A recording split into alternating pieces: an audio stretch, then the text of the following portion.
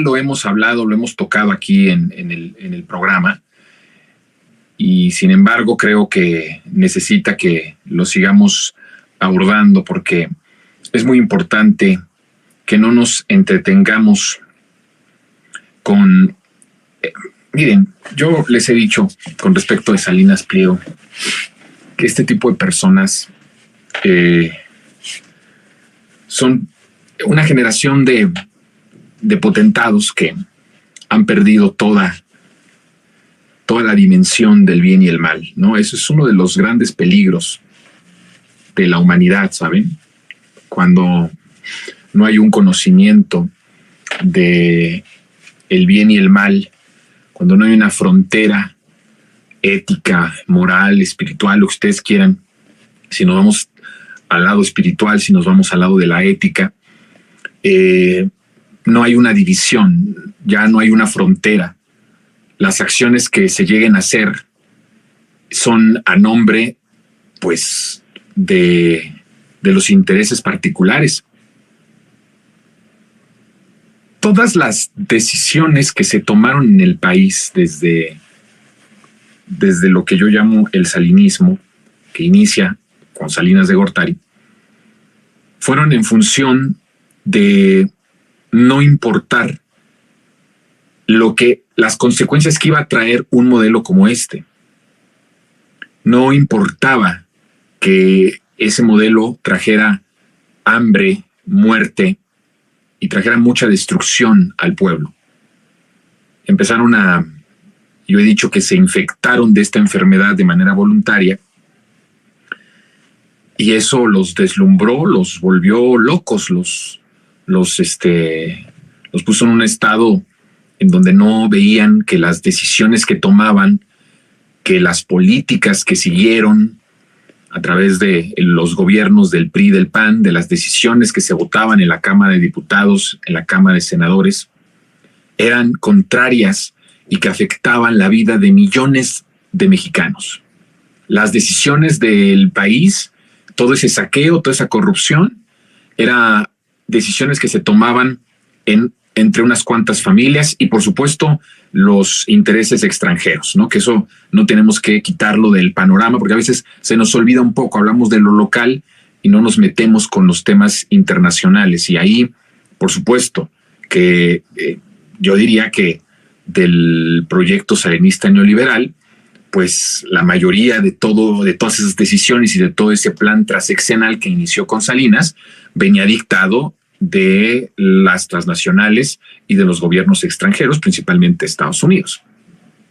Y entonces no se daban cuenta sí se daban cuenta y cada vez les fue importando menos que las decisiones que tomaban afectaban a millones de personas. Y se fue creando no solamente un grupo de personas, de empresarios, de familias muy adineradas, con mucho poder, con mucha influencia, porque además llegaron al grado de cooptar todo el país. ¿Sí? Compraron la ley, compraron la justicia, compraron la ilegalidad, empezaron a hacerse de muchos recursos a costa del sufrimiento de la mayoría del pueblo, y entonces empezaron a tener cada vez menos la conciencia de que lo que hacían provocaba dolor a las personas, a la mayoría de las personas. Y cada vez les fue interesando hasta que llegó un momento de tanto poder, de tanto dinero, que literalmente desde su cerebro desapareció esa conciencia que suele traernos luz de repente cuando cometemos algún acto indebido, cuando hacemos algo y después decimos, híjole, la regué, no debí de haber dicho esto, no debí de haber hecho esto. Y entonces tenemos esa intención de algo que nos empuja a pedir perdón o disculpas o de tratar de arreglar el problema, de saldar la deuda. Eso desapareció de su mente. Entonces tenemos ahora un grupo de potentados que están en esa definición, en eso que acabo de decirles. No les interesa absolutamente nada. Cuando Salinas Pliego pone en sus tweets en sus tweets, en sus redes sociales, sobre todo en Twitter, los lujos, los yates, los aviones. Ahorita creo que está en Nueva York, ¿no? Y presume y habla de que el primer mundo y que ahí sí puede disfrutar de las subastas y que está con su esposa. Eso refleja muchísimo la calidad de la persona, más que otra cosa. Y yo sé que hay algunos que se enojan muchísimo y que le reclaman y que le dicen, y es parte, ¿no?, de la furia del pueblo cuando ve que hay ese grado de cinismo. Pero si somos un poco más profundos, eso habla muchísimo de esto que he estado explicando, de esa generación de potentados que son verdaderos monstruos, que no dividen entre las cosas del bien y el mal, y entonces van mostrando su riqueza, van mostrando su vida de lujos, casi como hasta una revancha, ¿no? De decir, miren ustedes jodidos y yo sí puedo. Y entonces ahí empieza Salinas Pliego a mostrarse con una naturalidad, sin ninguna reserva, sin ningún grado de vergüenza, tal cual es una persona que puede estar ahorita en Nueva York disfrutando de las subastas, ¿no? Disfrutando de los mejores platillos, de los mejores restaurantes del mundo. Y por otro lado, tiene un adeudo que además es un litigio de 10 años. No significa que esto lleve poco tiempo. Hay ahí 10 años. Por supuesto que fue en este sexenio en donde el SAT se llevó hasta las últimas consecuencias. La última instancia judicial, pues es el Poder Judicial. Está ahí concentrado este pleito de que debe 25 mil millones de pesos. Entonces él puede seguir disfrutando de su vida, disfrutando de su dinero, lo que no tendría nada de malo y de lo que no tendríamos por qué ni tenerle envidia, ni tenerle, porque además él cree que genera envidia en la gente, ¿no? O que los que lo critican están muriéndose de envidia, de desear y anhelar lo que él tiene, porque su riqueza la hizo de esta manera.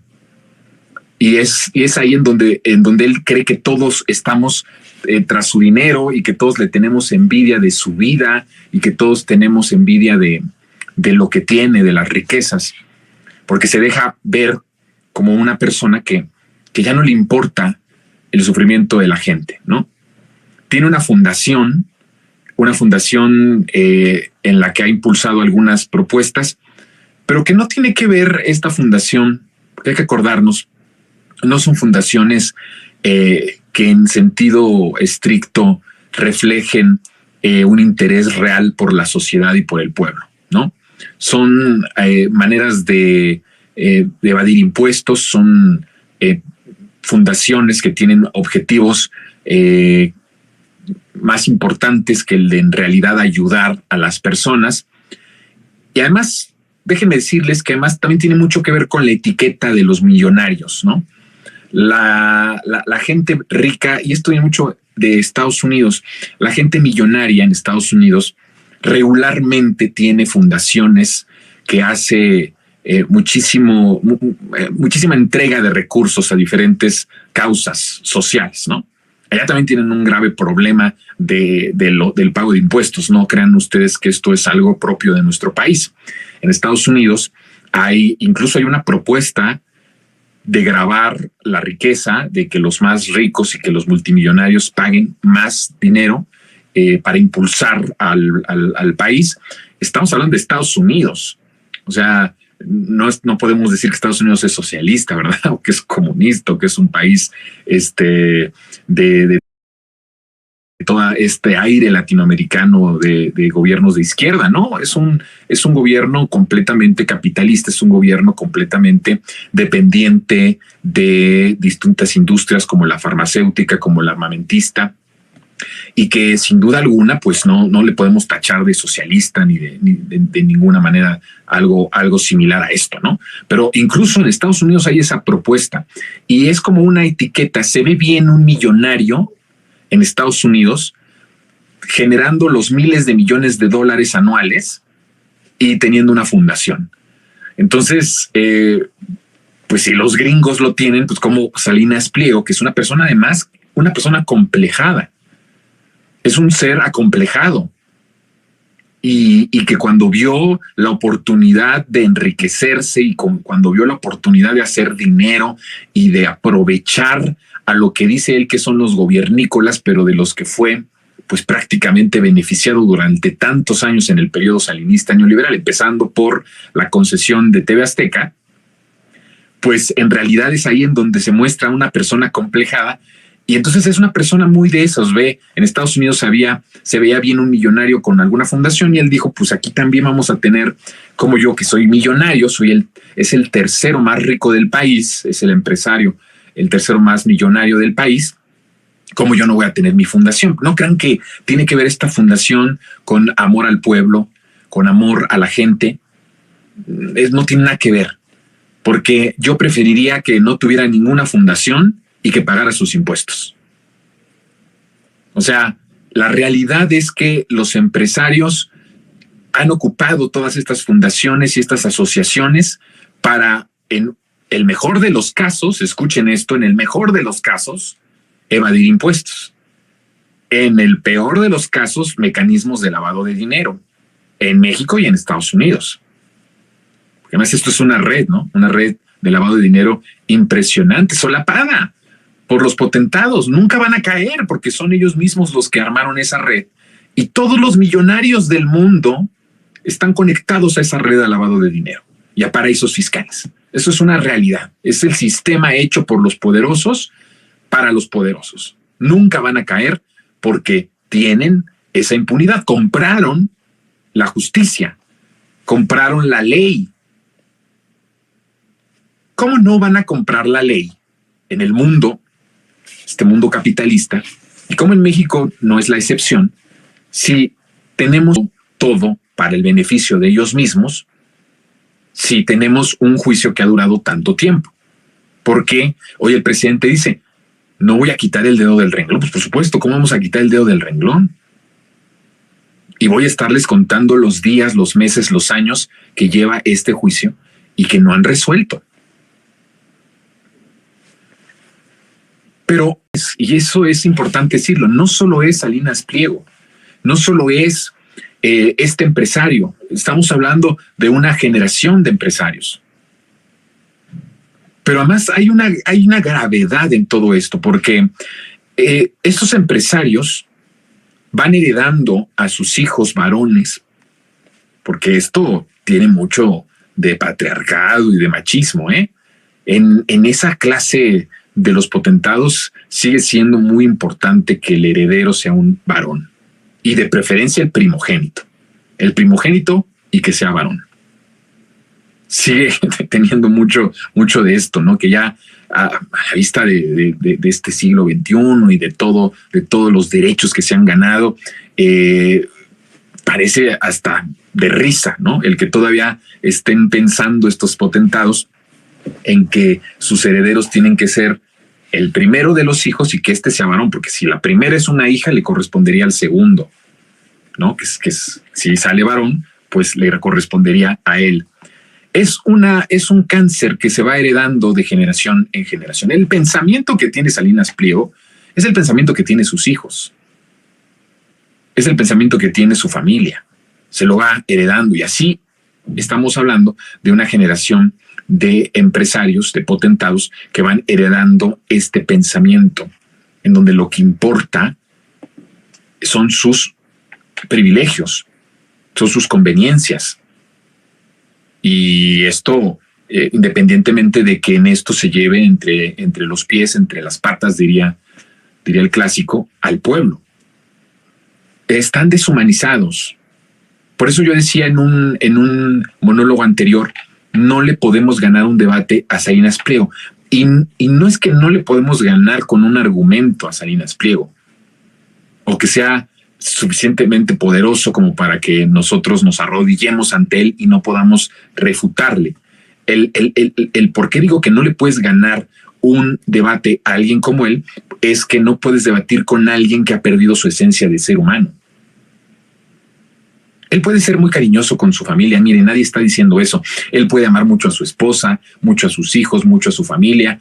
No, eso no lo estoy diciendo. Cuando estoy hablando de la parte humana, estoy hablando de una persona que tiene tantos miles de millones de dólares que se niega a pagar 25 mil millones de pesos, que son dinero del pueblo, que es un dinero que tiene que ir a las arcas de públicas para que sean distribuidas y redistribuidas en el bienestar social.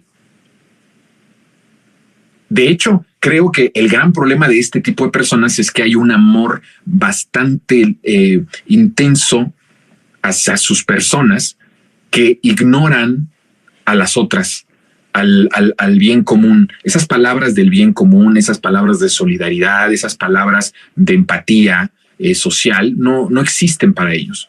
Y entonces tenemos mucho, si usted se da cuenta de lo que significa la transformación, tenemos mucho que avanzar todavía, porque esta generación de potentados que tiene muy arraigada esta idea, que han perdido esta división del bien y el mal, siguen siendo los que controlan las redes industriales y las redes de consumo del mundo y del país.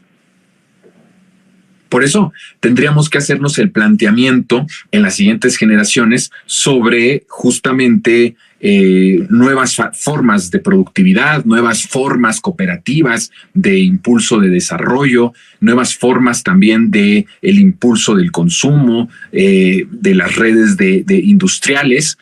Se necesitaría toda una estructura en la que podamos avanzar en estos temas. Hay cosas muy urgentes, más urgentes incluso que esto, que no podemos enfocarnos en esa parte, pero esto abre mucho debate de que la transformación tiene retos y obstáculos muy grandes todavía por delante.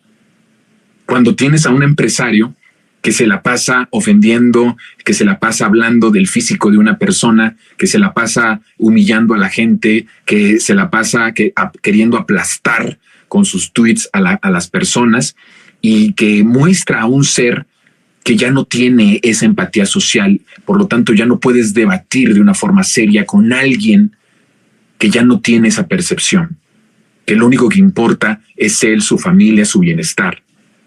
Es criminal que estos 25 mil millones estén todavía en un juicio que sigue tardando mucho tiempo. Pero a ver, como él, como Salinas Pliego, hay otro grupo de empresarios en la misma situación, en la misma circunstancia. Ahorita tenemos en juicios que el SAT ha pedido que empiece estos juicios ante la última instancia, que es el Poder Judicial, para que resuelva y paguen y obligue a que los empresarios paguen, a que los potentados paguen. Estamos hablando de 40 mil millones de pesos. Poco más de la mitad corresponden solo a Salinas Pliego, son 25 mil millones de pesos, pero hay otros potentados que están en la misma circunstancia que Salinas Pliego. Tal vez ellos no nos ofendan en las redes sociales, no presuman sus viajes en Nueva York y en sus aviones privados y en los lujos y en las subastas. Pero eso no quiere decir que no piensen como Salinas Pliego, que no actúen como Salinas Pliego, que no estén haciendo lo que Salinas Pliego, que es retrasar. ¿Por qué el Poder Judicial es tan importante para la estructura del salinismo neoliberal? Porque si el Poder Judicial fuera un Poder Judicial del pueblo, si el Poder Judicial fuera verdaderamente en el tono, en el ritmo, en la empatía, en la conexión con el pueblo,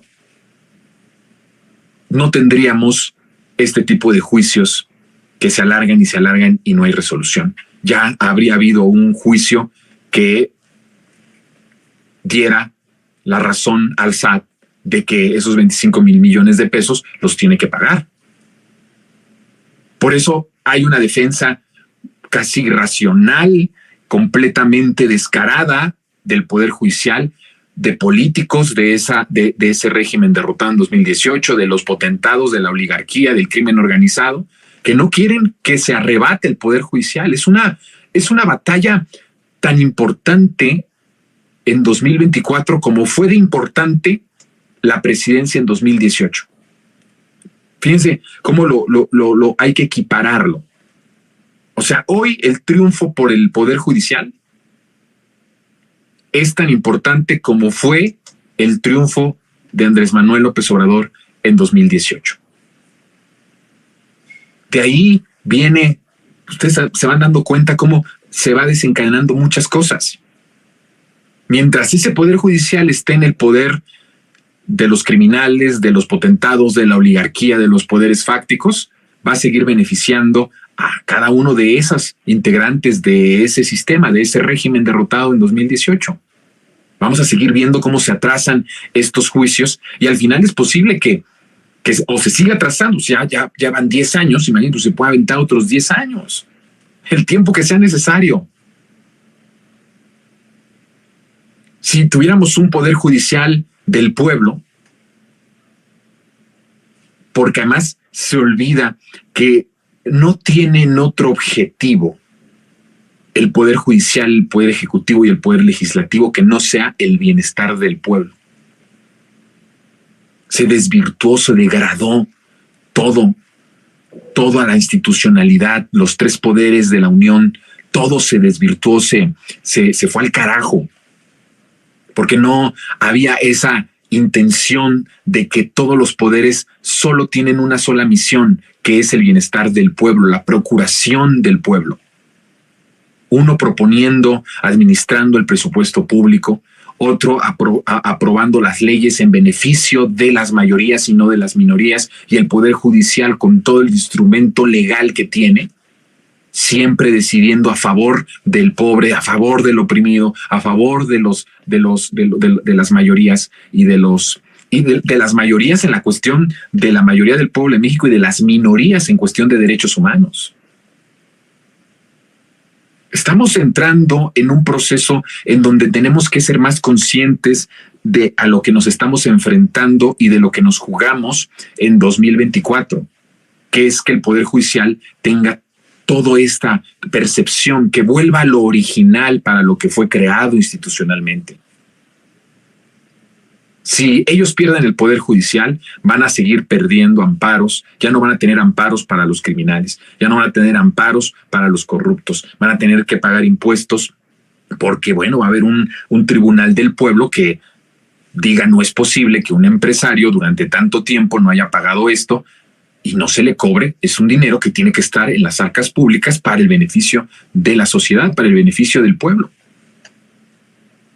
Entonces, vean, el poder legislativo tiene una pluralidad. Hay una representación popular ahí interesante. Hay muy buenos, grandes representantes del pueblo como Noroña, pero hay otros más en el Senado también, que son representantes populares de verdad, que su voz en la tribuna es la voz del pueblo. Ahí hay una pluralidad. Se ha avanzado muchísimo en la Cámara de Diputados, con todo lo que se le critica a los diputados, porque también ha sido ahora, durante los últimos años, como un deporte nacional, hablar mal de los diputados, hablar mal de los senadores. Se lo han ganado a pulso, estoy de acuerdo. Hay muchas cosas que se han ganado esa fama. Pero la verdad es que hay un avance de representación popular, de representación de movimientos sociales, de representación de maestros, de representación de sindicatos. Con todo, hay una representación plural que sí logra un poco tener ahí como que la voz del pueblo, ¿no? Los intereses del pueblo. En diputados, la mayoría, por supuesto, de Morena, que están enfocados en la aprobación de leyes en beneficio de las mayorías. Ahí hay un avance enorme. Ya no hay esta parte en donde supuestamente existía la pluralidad y todo era unánime, en donde el PRI y el PAN siempre se ponen de acuerdo y votaban siempre para jodernos, ¿no? O sea, eso ya se rompió también. No necesariamente en 2018, viene de tiempo atrás que hay una pluralidad. El gran problema para ellos fue cuando esta representación popular tuvo mayoría, que fue en 2018. Cuando se logran estas mayorías y entonces la decisión y la aprobación del presupuesto público está en manos de los representantes populares y no en manos de los cabilderos de las industrias y no en manos de los empresarios que quisieran leyes y presupuestos que siguieran haciendo más grande la desigualdad entre ellos y los que menos tienen y el resto del pueblo, el resto de la sociedad.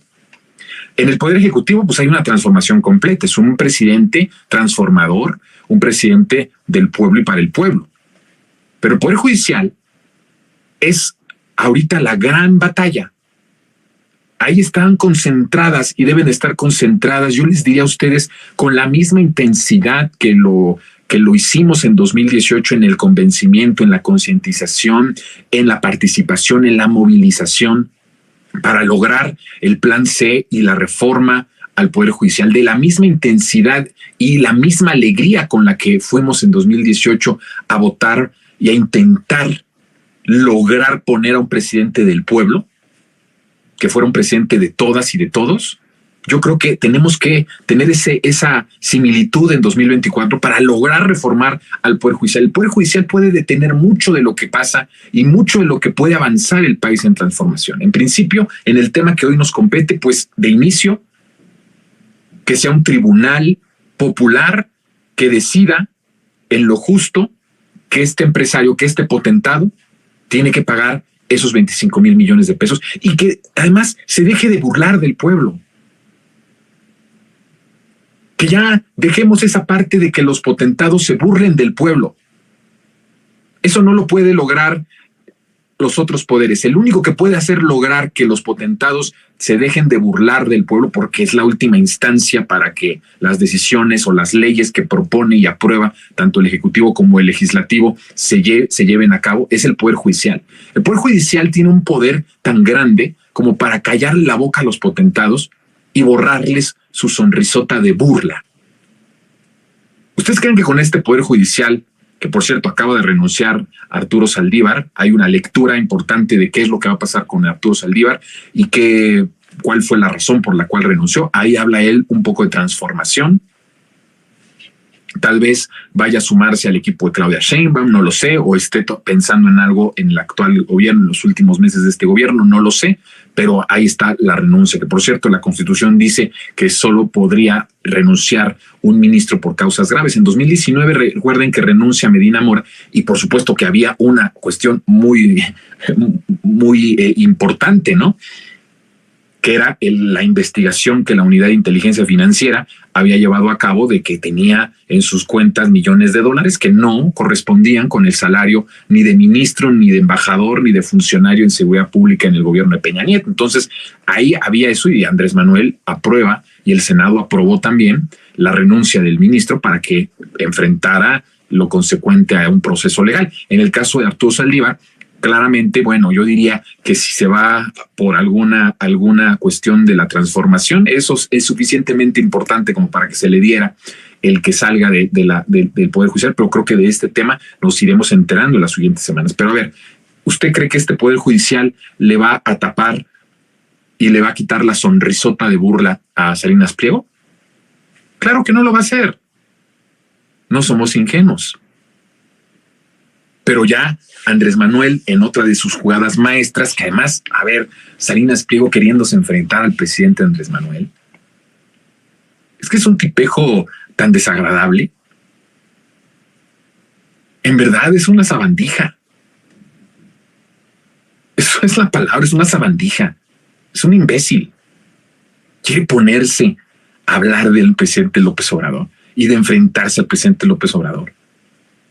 Y si Andrés Manuel fuera el gobernícola que él dice que es, este señor estaría exiliado en otro país, que le quitaríamos TV Azteca, le quitaríamos su banco pedorro y le quitaríamos todo lo que ha hecho al amparo del poder político, que ahora critica, pero que del cual se benefició pues desde el inicio de su éxito empresarial, ¿verdad?